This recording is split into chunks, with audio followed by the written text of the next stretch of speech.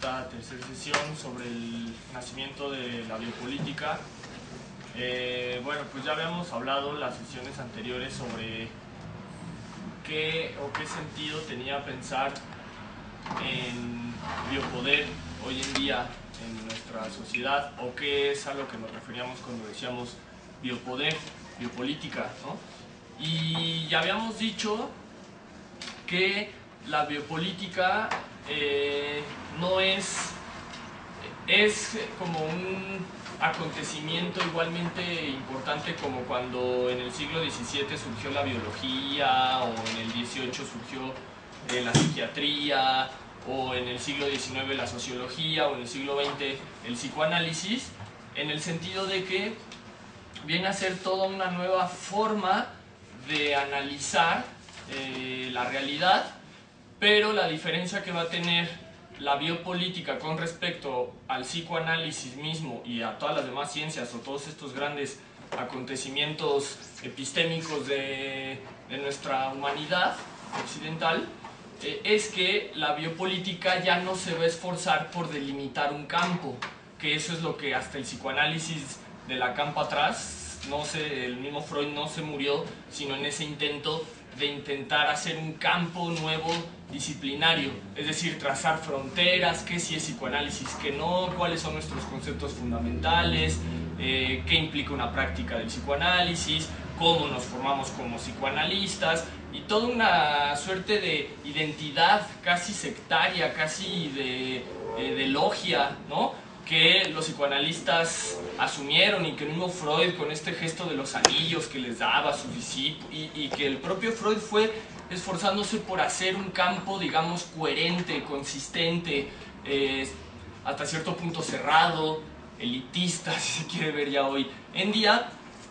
Y en ese sentido la biopolítica ya no quiere hacer ese tipo de campos, ese tipo de epístemes en el sentido de la ciencia, pues, o sea, ya no se esforzar por somos psicología, o somos química, o somos física, o somos sociología, sino que la biopolítica va a tener este matiz nuevo, y por eso lo vuelve de esta misma envergadura del nacimiento de las ciencias, porque la biopolítica va a intentar analizar las relaciones de poder.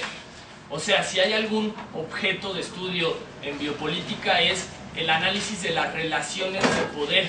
O sea, en sentido, y la sesión de hoy es muy puntual, en sentido de cuál es el régimen de verdad, ¿no? Dar cuenta de este régimen de verdad, ¿sí?, que hace que algún discurso y, por consecuencia, alguna práctica sean verdaderas o falsas. Es decir, el biopoder no va a caer en la tentación de decir qué es verdadero y qué es falso, y cuáles son los fundamentos, y cuál es la consistencia de la verdad, y por qué el otro es falso, y una cosa así, sino ver los entrecruces, las relaciones que hay para que determinado discurso en un tiempo histórico dado sea interpretado o sea codificado con validez de verdad, o con validez científica, o con estatuto científico, y qué discurso no.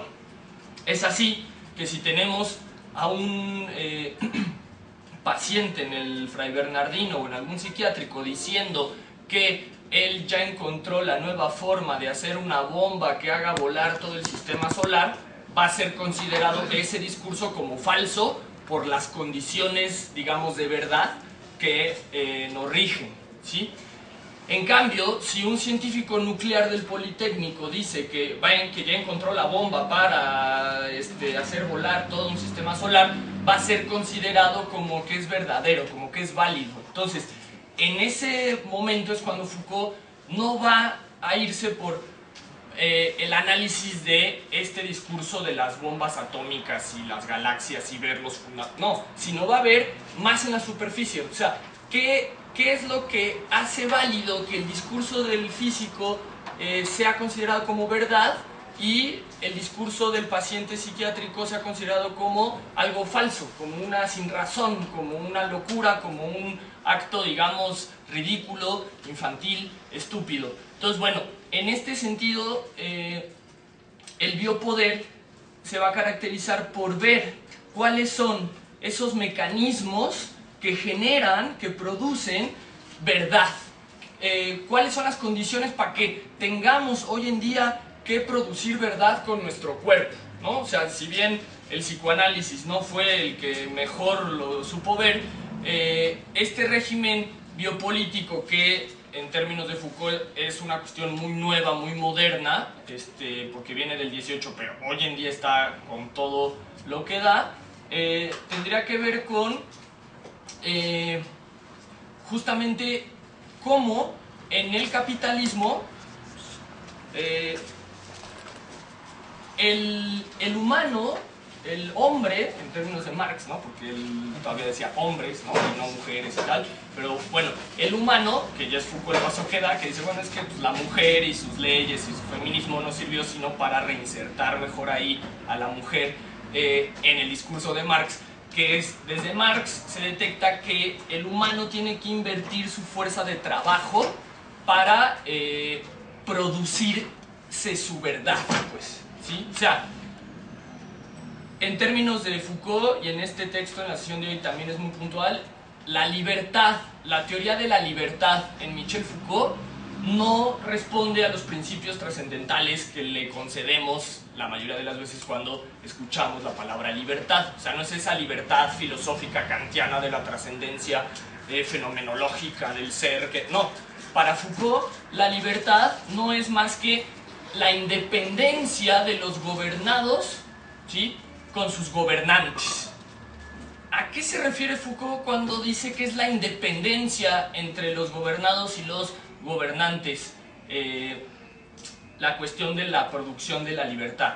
Se refiere a que en un régimen biopolítico los gobernantes ya no se van a hacer cargo de sus gobernados. O sea, ya no tienen que pagarles el seguro social, ya no tienen que esclavizarlos. Si lo pensamos en un término griego, antiguo, el esclavismo al menos volvía dependiente al gobernante. O sea, el gobernante tenía que invertir en el esclavo. O sea, sí, él no tenía libertad, pero se le pagaba, se le daba de comer, se le daba una casa, se le mantenía. En la biopolítica, algo que estaba viendo Marx, pero no pudo nombrar porque pues, no podía decir todo Marx, afortunadamente, es que justamente esta dependencia esclavista se rompe.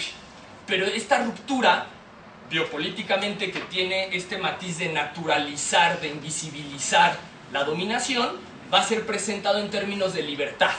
O sea, cuando dejas de ser esclavo, ¿no? O sea, cuando me dejo de ocupar de ti como una carga que tengo que mantener y que invertir, ¿sí? Me separo y obligo a que mi gobernado tenga que producir sus condiciones de libertad bajo mi régimen de verdad. Es decir, la libertad en biopolítica para Foucault es que el régimen, el dispositivo, te da un margen de libertad, ¿sí?, para que tú tengas que producir tu verdad con tu cuerpo, que es lo único que te dan, ¿no? O sea, no tienes más, ¿no? Entonces, en ese sentido, cuando el cuerpo tiene que producir esa verdad, tiene que producir esa libertad, si quieres, por acá hay lugar, sí. Es cuando, por decir, el cuerpo, ¿sí?, tiene, digamos, que cuidar de su salud, ¿no? O sea, es como un valor que te dan y tú tienes que pagar, digamos, todos los gastos, pero tú tienes que no solo trabajar bajo mi reglamento laboral, ¿no?, que ya son condiciones como de la explotación, sino que lo poco que yo te pague, tú lo tienes que invertir en cuidarte tú. O sea, yo solo te voy a pagar el salario de lo que trabajas de 8 de la mañana a 4 de la tarde y todo el demás tiempo ya tú tienes que invertir con el poco salario que te deje en tu salud, pero eso te lo presento como que es por tu bien, por tu desarrollo, por el mejoramiento biológico de la especie, cuando en realidad eso es una independencia o es como un desafane o como una falta de compromiso en términos peñistas, ¿no? Ahí justo es donde no se cumple, ¿no? o no es que no se cumpla, sino que no hay compromiso, ¿no? Ahí no firma la servilleta del compromiso, porque ese compromiso de el que te explota o el que te da trabajo, en otros regímenes tenía que ver con cubrir todos los aspectos, digamos, pensemos en el socialismo más teórico, hablaban de que pues, el patrón tenía que darle hasta, digamos, el entretenimiento o las condiciones de recreación, o ya hablaban de cosas como muy avanzadas, pero ese sería el problema, pues, que pasaría acá. O sea, ¿cómo hay un régimen de verdad que encamina las conductas de los cuerpos, ¿sí? Y que les dicta qué es lo que tienen que hacer, pero bajo su responsabilidad? Entonces la libertad viene a ser este engarce de esto que yo, Estado, patrón, dispositivo te doy. O sea, tú eres libre de invertir tu cuerpo, ¿sí?, en la producción de libertad bajo mi noción de que es ser libre. ¿Y qué es lo que dice Foucault? Consumir, ¿no? O sea, lo que está de fondo es que tienes que consumir libertad. O sea, tienes que gastar ese salario en consumir lo que yo estoy produciendo, y entonces ya la maquinaria está perfecta si lo vemos con más calma. Porque yo te doy, ¿no?, un salario, tú inviertes en los productos que yo produzco y entonces tienes que volverme a dar tu salario, pues. O sea, porque yo farmacéutica, yo Oxxo, o sea, lo poco que ganas me lo vas a regresar, ¿sí? Entonces eso me va a servir para volver a producir el iPhone 6, ¿no?, y luego el 9, y tú lo vas a consumir. Entonces, esta lógica ya está perfecta. ¿Por qué? Porque los cuerpos no dan cuenta, no visibilizan, no perciben, no conocen esta explotación que es mucho más sutil y sofisticada y que ya no pasa como los análisis clásicos por el Estado en ese sentido del aparato represor como tal, sino que está inscrito en los cuerpos, ¿sí? Ya Foucault está pensando en términos biológicos, en términos de la piel. O sea, ya está en nuestra sudoración la explotación, ya no está nada más en el Peña Nieto o en Televisa o en cosas así como muy representativas, que no es que no existan, no es que Foucault las ignore, no es que Foucault quiera saltarlo, sino que lo está explicando desde una complejidad que no se había logrado ver. Exactamente, las superestructuras de Marx o los AIE de Althusser, ¿no?, que decía, bueno, pues los aparatos ideológicos del Estado, la escuela, la religión, los medios de comunicación, son los que Esa idea no es que no sea válida, sino que se queda corta, es chata, porque no da cuenta de que está en el cuerpo de los sujetos. O sea, el propio cuerpo es el que está sujeto al biopoder, y lo peor es que defiende esos valores humanistas que se le presentan, ya sea vida, libertad, ¿no?, fraternidad y todas estas, la no violencia, la marcha pacífica y lo que platicábamos en la primera sesión, reprimiendo a los chavitos que rompen el McDonald's y se roban cosas, y entonces nos ponemos como si yo fuera el dueño de McDonald's y a decir, es que esos jóvenes porque hacen tanta violencia. Y lo que la biopolítica logra es que su violencia sea legítima y no se percibe en términos de violencia, sino como de seguridad pública o de seguridad de la población, ¿no? Entonces, bueno, fue un poco lo que platicábamos en las sesiones pasadas. La segunda sesión fue muy puntual en el sentido de cómo se construyen las poblaciones, y platicamos que la biopolítica no piensa en sujetos trascendentales, sino en condiciones materiales de posibilidad. Hablábamos de la política de los granos, que es lo que emerge un discurso de higiene, ¿no?, que es como lo que da pauta al biopoder, un discurso de la salud que sale en siglo XVIII, acompañado de todo un discurso periodístico o toda una cultura del peligro. Entonces, en las escuelas se incorpora enseñar cómo cuidarse a sí mismo, el discurso de la salud, y se enseña cómo el temor o cómo generar miedo en los estudiantes o en los alumnos para que antes de que cuestionen el régimen dado, le teman, ¿no? Entonces, pero eso es presentado como, ve a la escuela que es por tu bien, ¿no?, y saca tu título porque ya entonces mi hijo ya no sé. Entonces, sin dar cuenta, pues, casi 99, ¿no?, según las cifras de la Doxa Indexican, el último sondeo, el 99.9 de los psicólogos, aplica test psicológico, pero dice que lo hace porque es muy buen psicólogo y lo felicitan y le dan premios, y no da cuenta, invisibilizado, de toda la dominación que implica hacer pruebas psicométricas. O sea, él no se da cuenta, o como un médico que diagnostica un cáncer y mete por el ano una cámara y ahí va la cámara panóptica dentro del cuerpo. O sea, eso ya es la biopolítica así llevada, eso ya es un triunfo, ¿no?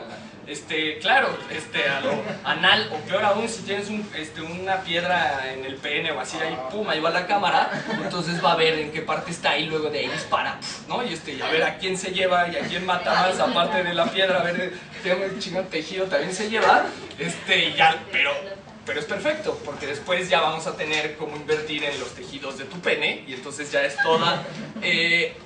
la misma población le da el material para actualizarse, pues, o sea, no se lo tiene que inventar de otro lado, no tienen que desgastarse, sino la misma gente va registrando sus conductas con el fantasma de consumir la libertad, ¿no? Y le va dando los datos, el material, y quiénes son los que se encargan de registrar y reproducir, pues los científicos, ¿no?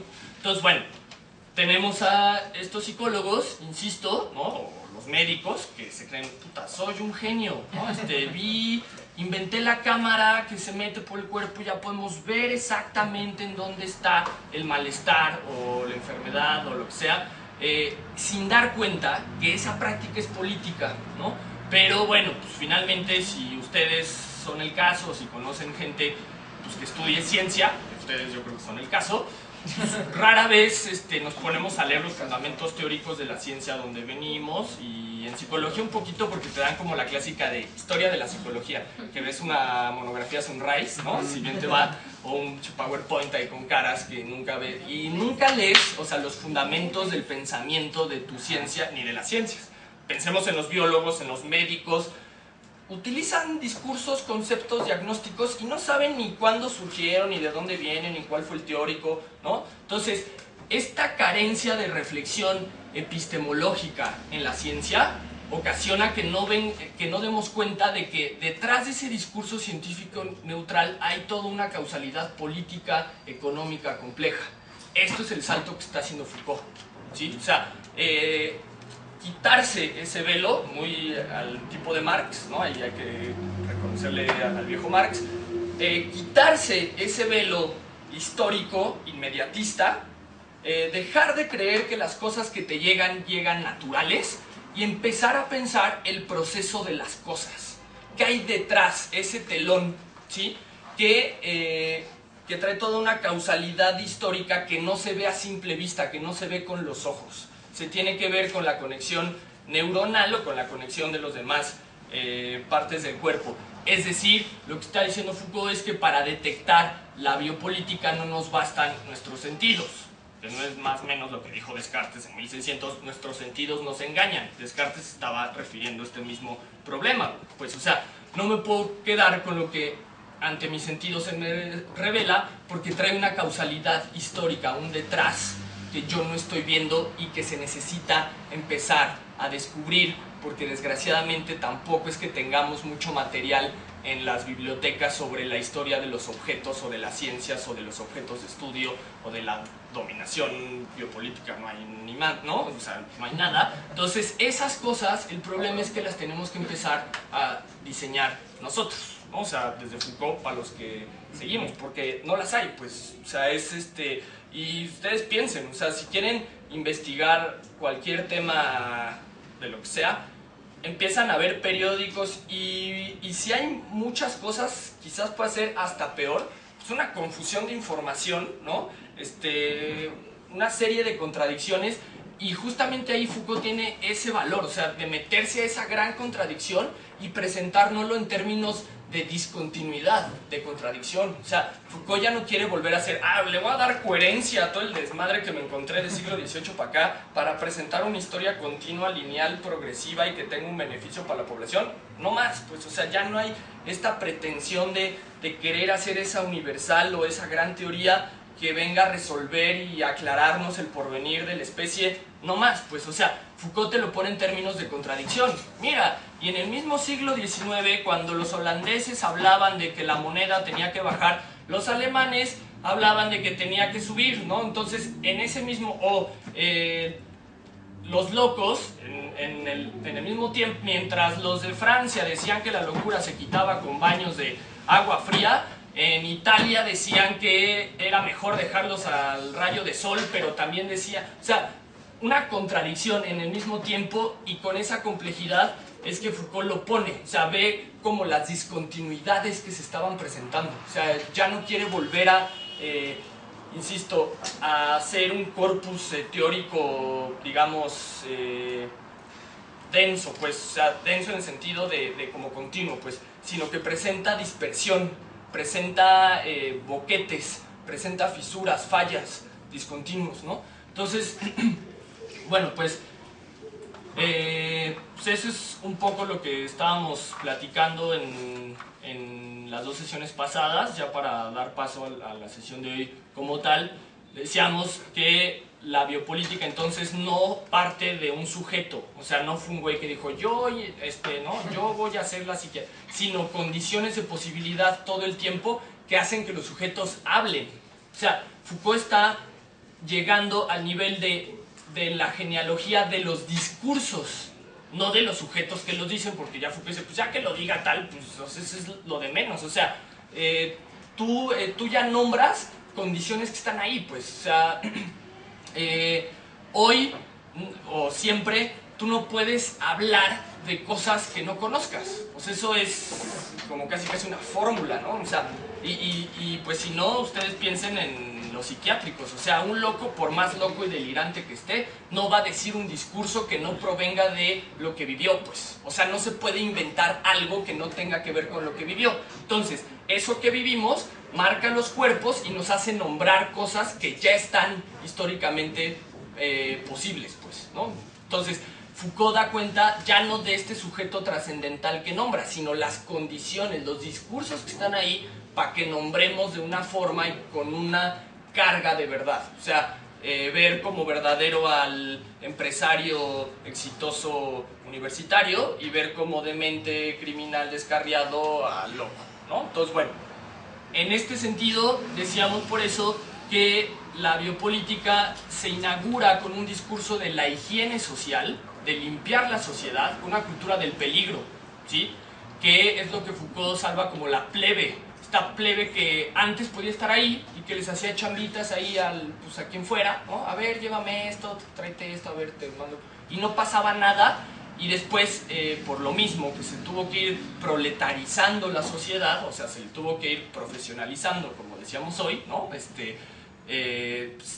van teniendo que pasar de plebes a proletarios. Proletario significará entonces tener una carrera, tener una moral sobre el dispositivo, defenderlo, inclusive medio quejarte, pero al fondo defenderlo, tener un pavor, ¿sí?, a ser plebe, ¿sí? Y plebe es enfermo, sucio, ¿sí?, desviado, tener pensamientos, dejen ustedes cristianos o como de pecado, sino pensamientos perversos, pues, pensamientos delirantes. Eso le vamos teniendo miedo, ¿sí? Y se va posibilitando este discurso biopolítico a partir de esta higiene social del temor o del peligro de la diferencia y a partir de condiciones todo el tiempo geopolíticas, económicas, internacionales, que desde la colonia, desde la conquista para acá, no han parado de multiplicarse, ¿no? Entonces veíamos cómo esta biopolítica impactó las arquitecturas, los espacios. Así como yo les digo que ya hay un discurso histórico que nos hace nombrar, asimismo les digo que hay arquitecturas previas desde las cuales uno vive y diseña los espacios. Y si lo pensábamos el sábado pasado, las arquitecturas urbanas, claro, piénsenlos, ¿no? Son cuadrículas, ¿sí? O sea, es como si el espacio ya está cuadriculado, entonces lo que sigue es que en tu cabeza seas cuadriculado. O sea, no es que uno sea cuadriculado de la nada, sino de los espacios del afuera, de los discursos, de las arquitecturas concretas que son cuadrículas. Piensen en un salón de clases y piensen en una cárcel y piensen en un psiquiátrico. El modelo arquitectónico, que es la clase que sigue más puntual, es idéntico. O sea, las puertitas con la ventanita o la ventanita acá, ¿no? Y como, o sea, esas son de pabellón psiquiátrico, ¿no? Bueno, ese modelo de dominación se reprodujo a las distintas formas de procesar pues, la vida humana, y entonces hagan de cuenta que es como que la escuela es como lo más light, ¿no? O sea, es como que para todos. Si te vas poniendo loco, pues ya te metemos como al internado. Si sigues de desviado y desobediente en esta, pues ya te metemos al psiquiátrico. Si ya de plano eres para la cárcel, ¿no? Pero finalmente son los mismos dispositivos, nada más que en cada salto te van quitando un plus de libertad, porque se supone que no puedes ser libre, o sea, no puedes consumir nuestro discurso, entonces no mereces ser libre desde lo que nosotros te planteábamos. Entonces pues, te lo vamos quitando, porque ese es un derecho con el cual naciste. Y de pronto uno dice, ¿y cuándo celebramos un contrato social? O sea, porque es lo que en derecho, estas carreras como que se les enseña, ¿no? Así de, hubo un contrato social, ¿no? En algún punto se firmó. Rousseau dijo, es como, güey, Rousseau, México, contrato social. Y el contrato social decía que a nosotros, el Estado, ¿no? Nos legitima, ¿no? Porque ustedes firmaron que nosotros los vamos a cuidar, es por su seguridad. Y entonces decíamos que esta biopolítica funciona desde la política de los granos, la higiene social, las arquitecturas, y abrocha con una idea de tecnologías de seguridad. Es decir, la tecnología de la seguridad va a ser toda una práctica cotidiana, toda una forma de gobernarse del propio cuerpo, ¿sí? Para que pueda estar seguro. Es decir, alejado de los riesgos que nosotros les propusimos, pero pues nuestros riesgos tampoco son riesgos naturales, son riesgos al dispositivo capitalista, o sea, todos los que pueden atentar contra esta, entonces los vamos a presentar en términos de peligro, ¿no? Entonces, bueno, pues hoy en día ya estamos en cosas, me parece, muy fuertes, y lo que se viene va a estar como muy denso, porque ya pasamos de la idea del peligro de la plebe, la idea del peligro del enfermo, del criminal, la idea del peligro del guerrillero, del comunista, del terrorista, y ahora estamos ya en cosas del peligro del profesor, o sea, cosas que antes pues, el profesor se suponía que era como el que ilustraba a los niños, pues ahora ya el peligro es ser joven, por ejemplo, o sea, porque el criminal sucio plebe ahora es joven, ¿no? Y estudia en la UAM, en la UACM o en donde sea, y justo ya se hace más peligroso por ser de escuela pública y toda esta cuestión. Entonces, esta cuadrícula biopolítica se va mejorando y cada vez va cediendo menos, ¿no? Entonces, pues ya, pasamos del catatónico al estudiante de quinto semestre. O sea, es como, bueno, ¿no? O todos estos discursos de, pensemos pues en el cártel, ¿no? Los migrantes, ¿no? Que es otro gran discurso del peligro contemporáneo. Pues los migrantes van a venir a contaminarnos de sus ideas, y qué tal que mi hija ahí se anda, le gusta un salvadoreño de mierda, un marano, y entonces, o sea, ¿cómo? ¿No? O sea, yo sí soy biopolítico, o sea, a mí me gusta Foucault, pero pues que no llegue a mi hija, ¿no? O sea, hasta ahí está bien, ¿no? Pero ya cuando va tocando mi casa y mis espacios, y ahí ya los negros y los homosexuales y así cualquier desviación de estas, pues ya no, ¿no? Entonces, bueno, pues un poco es como por donde va esta cuestión. Hoy sería como la mitad, entonces pues todavía falta como un gran tramo ahí por recorrer y navegar en esta barca de los locos, pero bueno, pues los doy la palabra aquí a José Antonio, y aprovecho para reiterar como la aportación que estamos recibiendo con su participación, ¿no? De esta ortodoxa que se busca siempre reinventar, ¿no? Apenas ya se está definiendo un poco y ya se volvió a desbaratar y se reinventa todo de nuevo. Y entonces dicen, ay, qué cansado es. Y le decimos, pero pues así es vivir. Es que o sea, es como que la reinvención no es la vida, ¿no? Pero sí, bueno, si quieres ser siempre el mismo y un yo fijo y estable y congruente, ¿no? Y tu identidad de personalidad y ser súper normalizado, pues bueno, te puedes gastar la vida en buscar esa normalidad que tampoco va a llegar, y lo que sí puede llegar es un perpetuo cambio reinventivo, ¿no? Entonces, bueno, pues, no sé si quieres... Quizá sumado a lo que comenta Javier, habría que hacer una pregunta, y es ¿qué sentido tendría hablar de biopolítica a estas alturas? Y el seminario que estamos abordando hoy de Michel Foucault, del nacimiento de la biopolítica, es del año 1978 y 79. ¿Qué tiene que hacer uno ahí en eso que se supondría ya superado, ¿no? Que se supondría ya muerto? Y pues sí, sobre todo prácticamente anulado de los sistemas de pensamiento y las lógicas de racionamiento, sobre todo en las universidades o en los espacios públicos, abordaje de, pues sí, de una cierta otra política. Quizá uno va a hablar de biopolítica en relación a lo que ya comentó Javier como acontecimiento epistémico, pero muy ligado a algo que tendría que ver inclusive con, pues sí, con un inédito que viene de Freud y que era el asunto de lo inconsciente.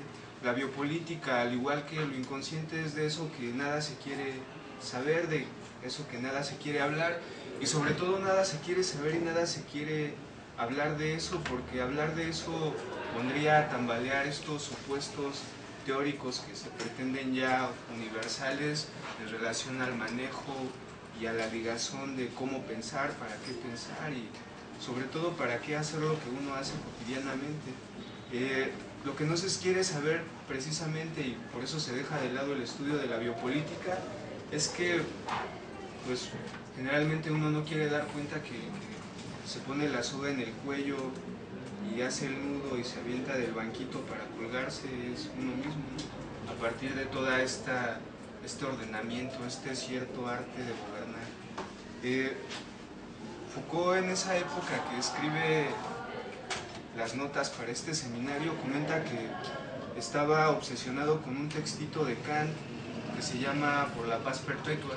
Es un textito de 35 cuartillas, es muy pequeño, pero ese texto de Por la paz perpetua es lo que da origen a las primeras, pues sí, organizaciones aparentemente no gubernamentales como sería la ONU, ¿no? El gran sueño de Kant es establecer una paz perpetua de acuerdo a un imperativo universal de la libertad.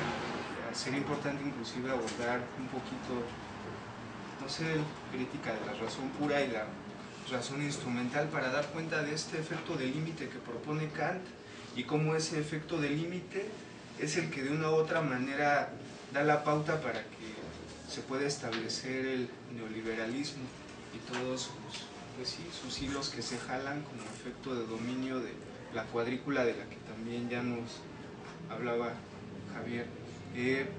Sí, y caí en ese textito de Kant, lo que Foucault, o de las cosas que salva, que creo que es todo, lo cita todo, creo que cita todo el ensayo, es este haz, libertad, seguridad. O sea, Kant es el que asocia ser libre con estar seguro. O sea, que esa es una carga histórica conceptual. O sea, ser libre, o sea, ¿qué más libre que la palabra libre? O sea, ser libre puede ser cualquier cosa, ¿no? O sea, y ahí tienen a la, ¿no? Pues la mujer golpeada, o ¿no? O la pareja, o el pégame pero no me dejes, o este tipo de cosas, pues es libre, o sea, y su libertad se juega ahí, o sea, eso les gusta, ¿no? Entonces, si esos casos son libres, ¿no? O el delirio de un loco, o pepenar por las calles, o ser un empresario súper exitoso, qué sé yo, entonces, el problema es que la libertad ya nos llega cargada y la interpretamos de la forma que nos llega, pero justamente esta ligazón empieza en Kant en este haz seguridad, libertad. Entonces, ser libre es como estar seguro. ¿Sí? Entonces ahí Foucault dice, puta, es que es casi es una tautología. O sea, ¿cómo ¿cómo libre y seguro? O sea, justamente ¿no será que la libertad es como perder la seguridad y poder abrirse, explorar? Y justamente Kant, bueno, una auténtica bestia, pero no paraba de salirle su conservadurismo, ¿no? Y justamente interpreta la libertad en términos de seguridad. Entonces ahí es cuando Foucault empieza como a desmembrar, ¿no? Y de hecho lo que uno podría pensar que surge a partir de Kant es la noción de una cierta arte liberal de gobernar. Claro. Y este arte liberal de gobernar está fundado en la noción de cálculo, y la noción de cálculo va dirigida precisamente a la seguridad, cálculo de los riesgos, cálculo precisamente de lo que hablábamos la vez pasada. No se cuadricula el territorio por puro azar, se cuadricula porque precisamente lo que se necesita es calcular a partir de esa cuadriculación. Ya calculado este riesgo de qué población va a tener acceso a determinados bienes y qué población no va a tener acceso a estos determinados bienes, entonces el mismo Estado puede tomar esta noción de seguridad como la garantía que ofrece a sus ciudadanos. Vean qué interesante, uno pensaría que toda esta propuesta kantiana pues no tiene nada de agresiva, nada de ofensiva, pero precisamente esta política kantiana es la que permite que uno piense en este límite de la misma distribución de los capitales dentro del sistema liberal de circulación de la moneda. A fin de cuentas, Kant es tan genial que le permite a este asunto del arte liberal de gobernar dar cuenta de esta sofisticación del manejo de los cuerpos hasta sus últimas consecuencias. Si hablábamos la vez pasada de esta frase de hacer vivir y dejar morir, es precisamente porque el Estado ya tiene todos los riesgos calculados. Si algo caracteriza al liberalismo y al neoliberalismo es que, a diferencia del Estado de policía que gobernaba en la época medieval Europa, acá la razón instrumental gubernamental tiene que saber de esos efectos económicos que se producen al interior de la población para, a partir de eso, ir calculando en qué medida dar cuenta o liberar esta circulación de los valores. Decíamos que una de las funciones del Estado liberal era, en la medida en la que nosotros compramos pedazos de libertad, ninguno de nosotros se quedara en ceros, en números rojos. Es decir, puedes estar endeudado hasta con 100,000 pesos, pero tus números siguen operando en relación al capital. Es decir, sigue siendo un factor ahí de distribución dentro de los límites impuestos por este mismo cálculo gubernamental. Sí, ahí Foucault, si diera clases de psicología, enseñaría la teoría del yo desde las fronteras nacionales. O sea, porque no lo separa, pues, o sea, no es como que el yo sea una teoría divorciada o independiente del demás corpus histórico del conocimiento. O sea, es primero dividimos, cuadriculamos el territorio, ¿sí? Y ya luego devienen yos. O sea, ya el yo ya es lo de menos, ya cualquier teoría de elementos, pero el problema es que esté el espacio, el territorio cuadriculado, fronterizado. Entonces Kant ahí lanza, o sea, este pensamiento límite, ¿no? O sea, como dejar el pensamiento hasta ahí, pues. O sea, el mundo se tiene que hacer mediante fronteras y tiene que haber organismos internacionales que lo cuiden. Y entonces ese es un límite que todavía hoy se ve como claro, pues no como, o sea, está bien, o sea, no, es como, o sea, el mundo podría ser otras millones, o sea, cualquier otra cosa que no fuera esta forma, digamos, de cuadrícula internacional. Entonces, justamente esos fenómenos históricos son los que Foucault está viendo, y ya luego, ya un mundo cuadriculado permite hacer una teoría del yo. O sea, ya lo del yo y la intersubjetividad y eso ya es, digamos, trasnochado, pues, o sea, ya es como nada más llenar, ¿no? O como el psicólogo que, ¿no? Es que dice, se me ocurrió la teoría del yo soy brillante. No, ya hay como todo un previo de la cuadricularidad, ¿no? O sea, es pensar desde la clasificación, es un pensamiento clasificador, pensamos como clasificando, y la mayoría de los científicos se asustan cuando se los planteas porque dicen, ¿y si no cómo? Siempre hemos clasificado. No es cierto, o sea, esto es de siglo XVIII para acá, al contrario, es algo muy reciente, o sea, no es ni siquiera, pero lo vivimos tan como imposible de salir de ahí, tan límite de Kant, tan estamos en un pensamiento de frontera, de fronterizarlo todo, ¿no? Que nos cuesta salir, nos cuesta poder inflexionar la cognición hacia nuevos lugares y poder imaginar siquiera, ¿no?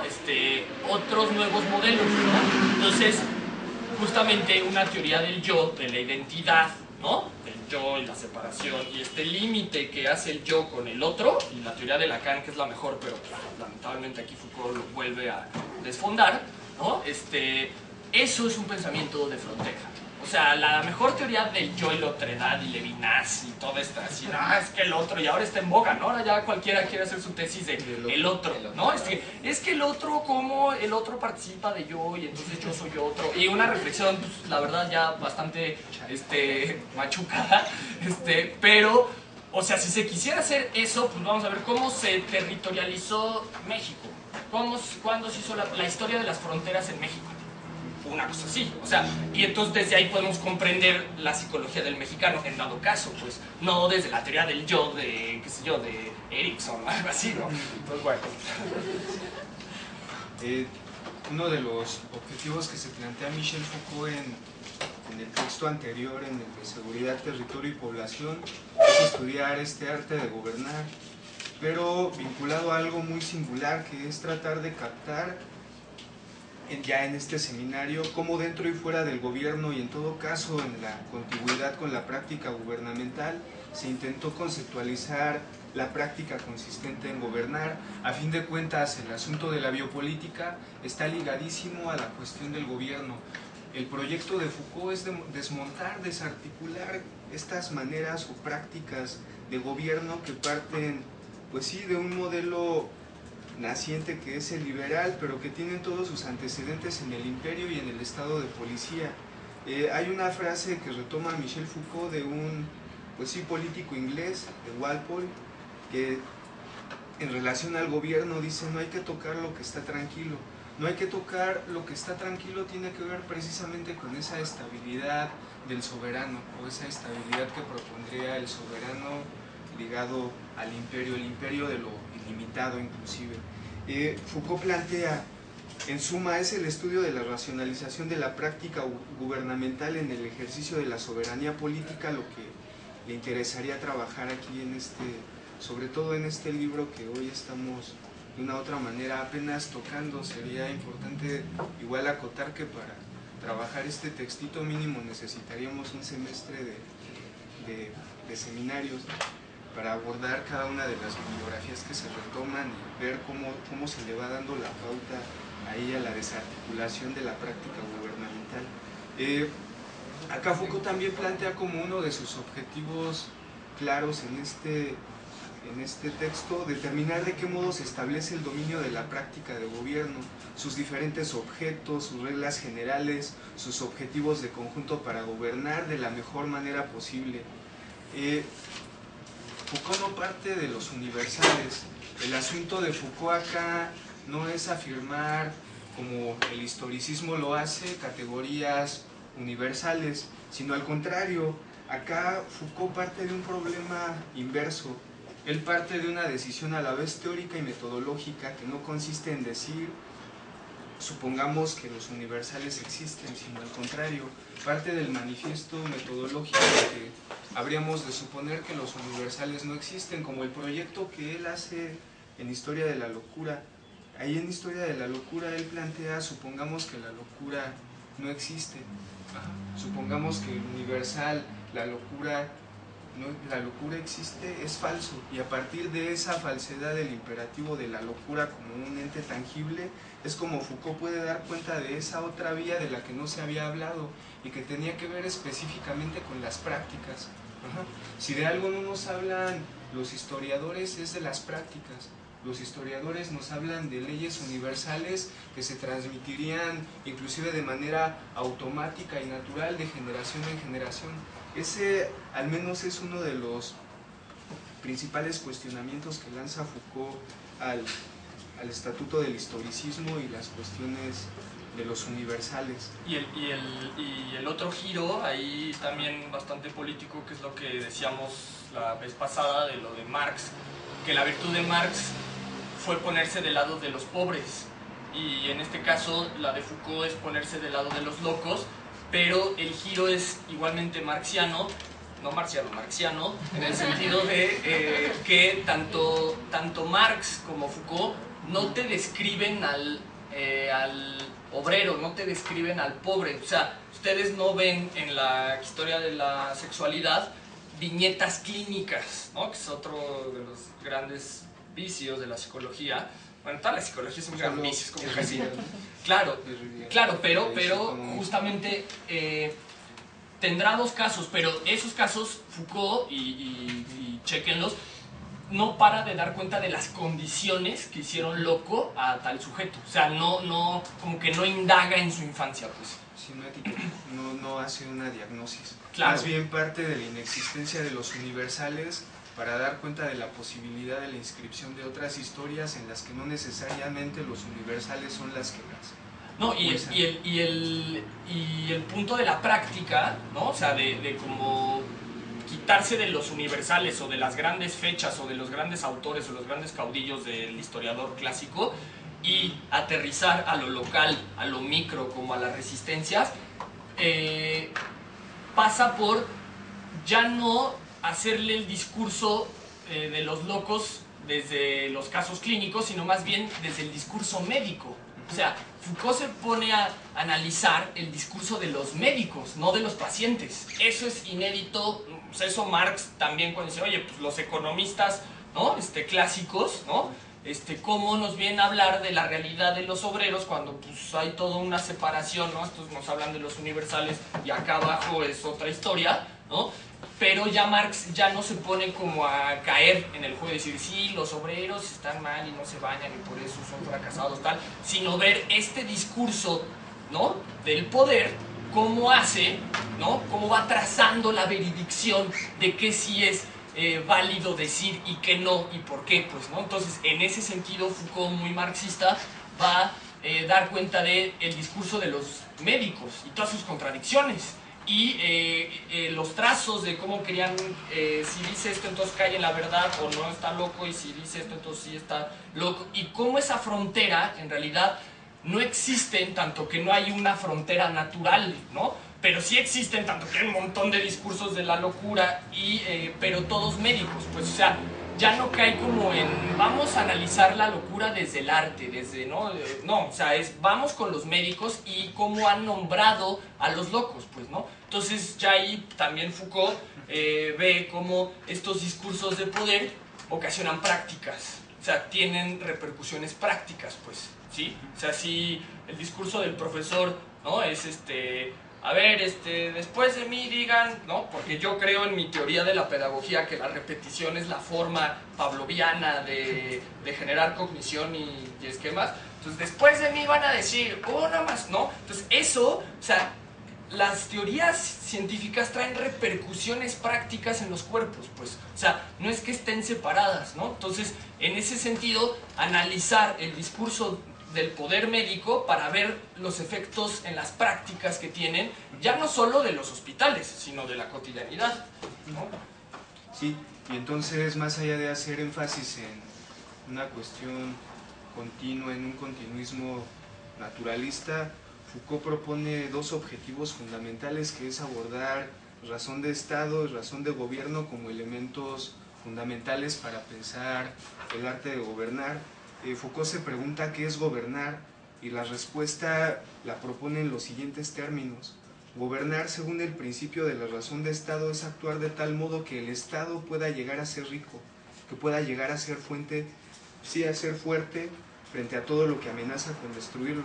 Es decir, el objetivo fundamental sería económico, y todas las verdades que surgirían a partir de esta noción de gobierno irían, pues sí, a un a una finalidad de puro y simple liberalismo de la mercancía, del comercio, algo que se llamó mercantilismo.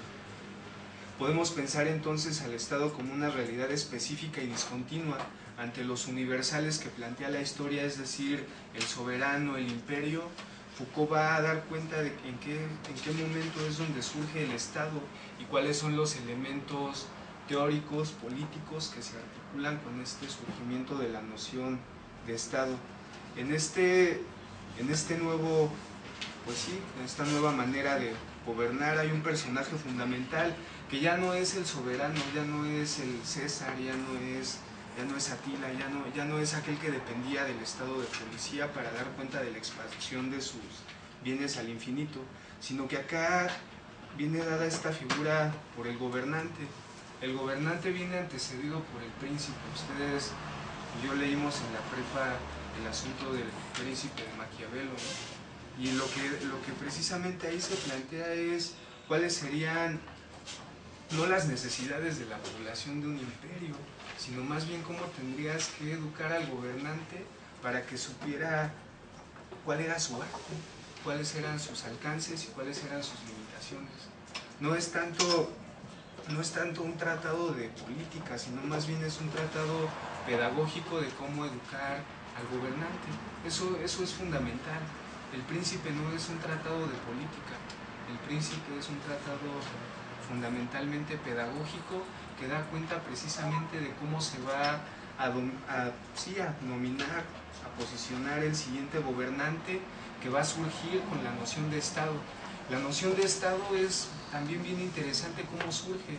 La noción de Estado surge articulada a la función del derecho, derecho mercantil sobre todo. Y el derecho precisamente como ese elemento que me permite a mí dar cuenta de lo que ya les comentaba, ¿no? Cómo definir, cómo delimitar entre cuadrantes. El derecho va a partir de leyes que van a definir de qué manera se va a estratificar determinada distribución del capital, determinada distribución de las propiedades, qué sé yo. El gobernante del Estado, sobre todo el que podemos pensar a partir del siglo XVI, debe de representar una serie de principios y reglas y principios que después van a ser solidificadas por el asunto del derecho. El derecho es un acontecimiento fundamental porque está ligado a la función del intelectual. Vean, si el derecho está ligado a la función del intelectual como este elemento que permite cuadricular una determinada territorialidad, nosotros no lo podemos pensar sin esa pedagogía que nos propone Maquiavelo en El Príncipe. El filtro acá no se trata de hacerlo oscuro ni denso, ni la política es oscura, no. Lo que se trata de hacer es que la política sea sofisticada, sutil, que se gobierne como se habla, que se gobierne los límites que se propusieron gobernar y que se sepa cada uno de los movimientos que se van a establecer dentro de ese cuadrante que se decidió delimitar para llevar a cabo ahí un cierto arte de gobernar.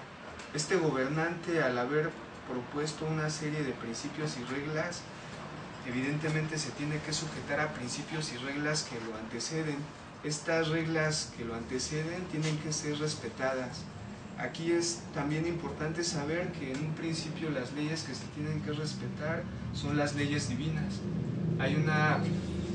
Sobre todo hay toda una verdad divina que es abanderada por el príncipe, pero después esa verdad divina es desplazada hacia una verdad del Estado, y esa verdad del Estado viene ratificada por el Estatuto del Derecho.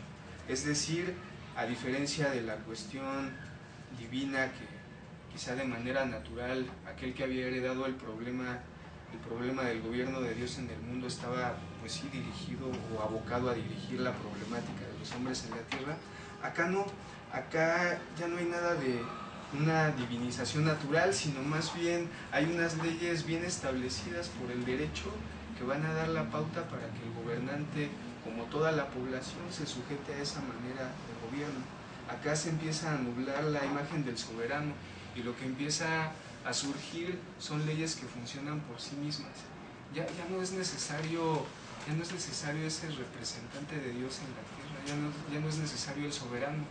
La ley vale por sí misma, la ley funciona como axioma, se comprueba a sí misma, por sí misma y para todos. Y en las escuelas, que es esta como pedagogía del riesgo y del peligro, que es como te enseñamos a que te cuides, porque claro, o sea, tú te tienes que gobernar para que no te gobierne yo, o sea, porque pues, me sales carísimo si gobernara a todos, o sea, ustedes tienen que hacerse cargo de su cuerpo, de su mierda, no, pero se los vendo como un discurso, qué padre, ¿no? O sea, es que tú ya creciste, ya te gobiernas, claro, eres bien responsable, ¿no?